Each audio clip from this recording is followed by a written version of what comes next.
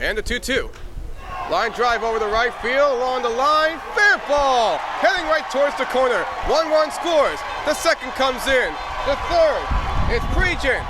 And here goes over the third. The throw to the plate is cut off. Goes past the catcher, and a bases clearing triple by Wilfredo Lara, and it's 4-0 Brooklyn.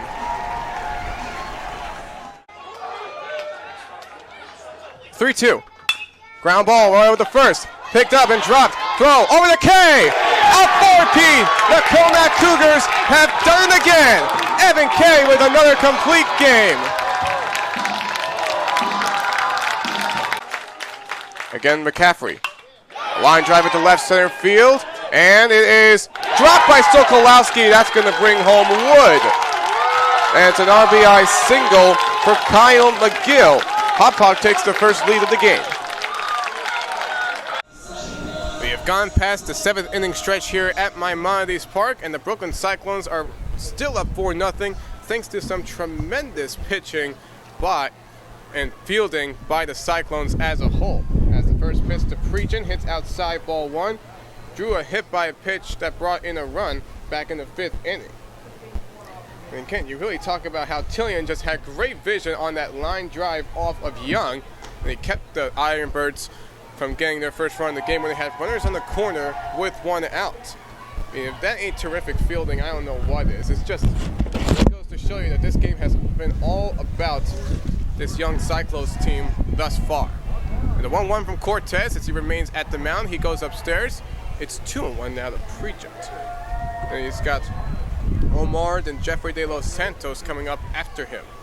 As we see Omar waiting on deck.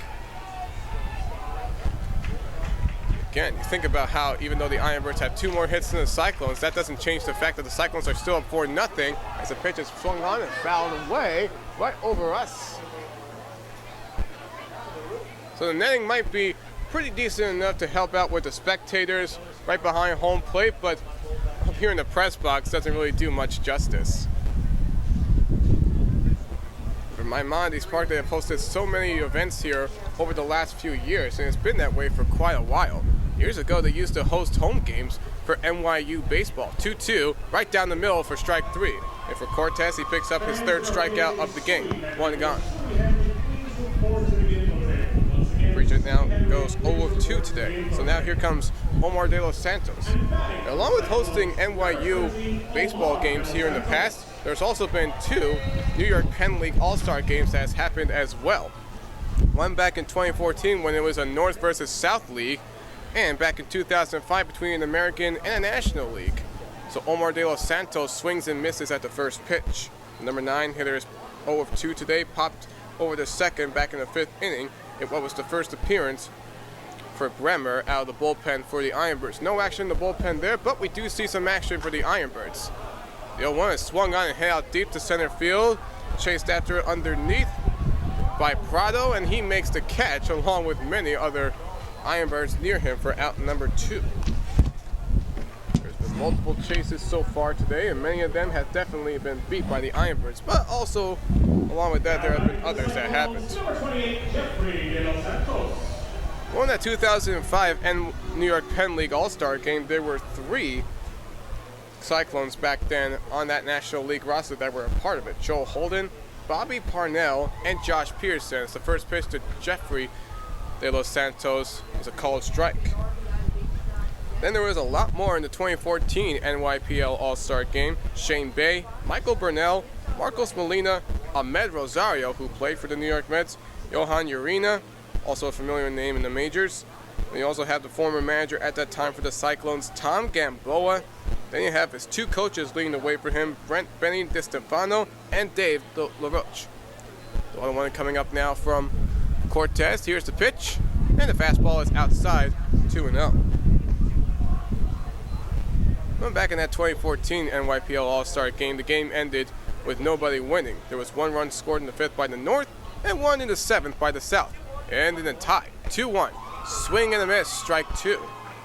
2005, we had a winner. That game was as close as could be. The National League won. The win went to Gene Yost, while the loss was credited to Wade Davis, and the save going to Jeremy Zick.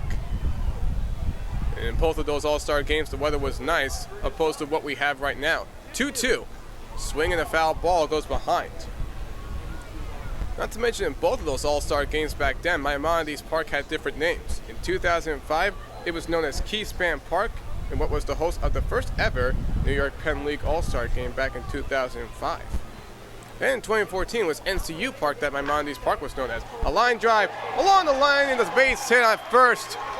And De Los Santos is making his way to second, and he gets a 2-out double. And look at how that one just barely stayed along the inside of the first base line, and Williams could not corral that catch. So still a little action as De Los Santos gets his first hit of the game to bring back up Wilfredo Lara.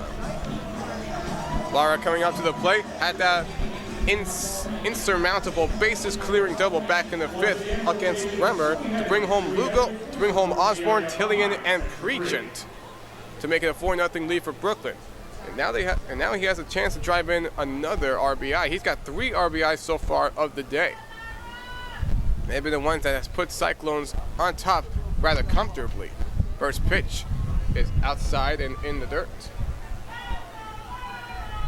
And again, back in 2014, the weather was around 73 degrees with 7-mile-per-hour winds coming in from center field. In 2005, it was 84 degrees with 8-mile-an-hour winds.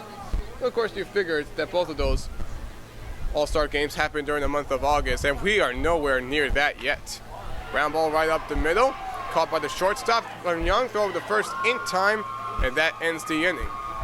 So Portes works around the leadoff 2-out double to keep it a 4-0 lead for the Cyclones after 7, as we now head to the 8th inning here on Coney Island.